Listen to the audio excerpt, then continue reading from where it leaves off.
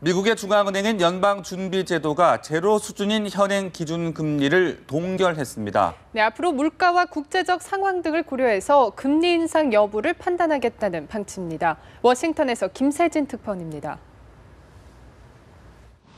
미국이 또다시 금리를 동결했습니다. 미국 연방준비제도는 현지 시간 16일과 17일 이틀간 열린 연방공개시장위원회 정례회의 직후 성명에서 기준금리인 연방기금금리를 현재의 0에서 0.25%로 유지하겠다고 발표했습니다. 글로벌 금융위기 직후인 2008년 12월부터 6년 9개월 넘게 제로금리 정책을 이어오고 있는 겁니다. 연준의 이런 결정은 금리 인상의 전제 조건으로 제시한 고용과 물가 중 물가 지표가 목표치에 이르지 못했다는 판단에 따른 겁니다.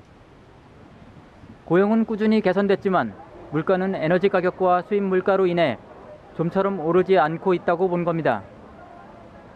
실제 연준이 물가 지표로 삼는 개인 소비 지출 물가 지수는 지난 7월에 전년 동기 대비 1.2% 오르는 데 그쳤습니다. 또 글로벌 경제의 불확실성도 금리 인상 결정에 제동을 건 요인으로 꼽힙니다. The outlook abroad appears to have become more uncertain of late. 따라서 연준은 성명에서 노동시장 조건과 물가 지표, 물가 상승 전망, 금융시장, 국제적 상황을 고려하겠다며 계속 물가 상황을 예의주시하고 있다고 밝혔습니다. 한편 이번 금리 결정에는 연방공개시장위원회 위원 10명 중 9명이 찬성했고 리치먼드 연방준비은행장 1명만이 유일하게 0.25%포인트의 인상을 주장했습니다. 워싱턴에서 연합뉴스 김세진입니다.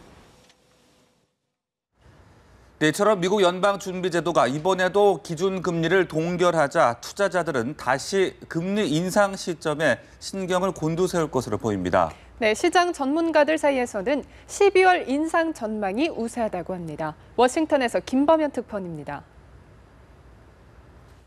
지난 5월 제닛 옐런 미국 연방준비제도 의장이 올해 한 어느 시점에 금리를 올리는 게 적절하다고 밝히면서 9월 금리 인상설이 탄력을 받아왔습니다. 하지만 이번에도 0에서 0.25%의 기준금리를 동결함에 따라 또다시 언제 금리를 인상할지에 시장의 관심이 쏠리고 있습니다. 통화정책결정기구인 연방공개시장위원회 FOMC는 오는 10월과 12월 올해 두 차례의 회의를 남겨놓고 있습니다. 당장 10월 인상 가능성도 배제할 수는 없습니다. Yes, October it remains a possibility. 다만 상당수 시장 전문가들은 금리 인상을 단행할 회의로 12월 회의를 꼽고 있습니다. 최근 파이낸셜 타임스 조사에 따르면 9월에 금리를 올리지 않을 것으로 예상했던 16명의 전문가 중 절반 정도인 7명이 12월 인상설을 제기했습니다. 연준이 수차례 밝혀온 연내 금리 인상 입장과 맞아떨어지고 금리 인상을 위한 지표, 특히 물가 지표 등을 면밀히 검토할 시간적 여유를 갖기 때문입니다. 다만 금리 인상이 미국 경기에 부정적인 영향을 미칠 수 있는 상황에서 중국과 일본, 유럽 등 글로벌 경기가 예상만큼 회복되지 않고 있는 점도 변수입니다. 당장 제닛 옐런 연준 의장은 해외 경제 전망이 불확실하다는 말도 함께 내놨습니다. 이 때문에 미국의 금리 인상이 내년으로 넘어갈 것이라는 주장도 서서히 나오고 있습니다. 금리 인상 시점을 둘러싼 미국 연준의 고민은 더욱 커질 전망입니다. 워싱턴에서 연합뉴스TV 김범현입니다. 트렁크 살인사건 용의자 김일곤이 어제 경찰에 검거됐습니다. 김일곤은 단 5분 만에 피해자를 납치했던 것으로 확인됐는데요. 네, 끝까지 자신은 잘못한 게 없다고 주장했습니다. 보도에 정빈나 기자입니다. 사건 8일 만에 검거된 김일곤은 조금도 당황한 기색이 없었습니다.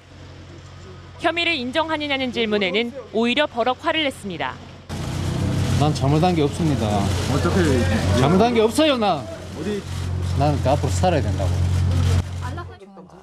김일곤은 지난 9일 충남 아산의 한 대형마트 주차장에서 35살 주모 씨를 납치해 흉기로 살해하고 이틀 뒤 시신을 실은 차량에 불을 지른 혐의를 받고 있습니다.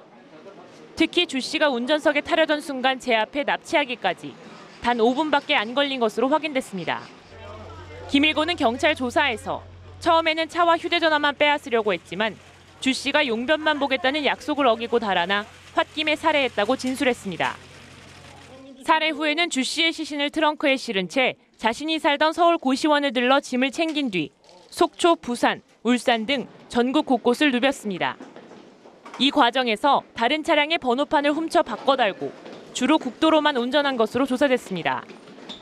공개 수배령이 떨어진 가운데 다시 서울로 돌아온 김일곤은 성동구의 한 동물병원에 흉기를 들고 들어가 동물 안락사 약을 요구하고 달아나다 신고를 받고 출동한 경찰에 검거됐습니다.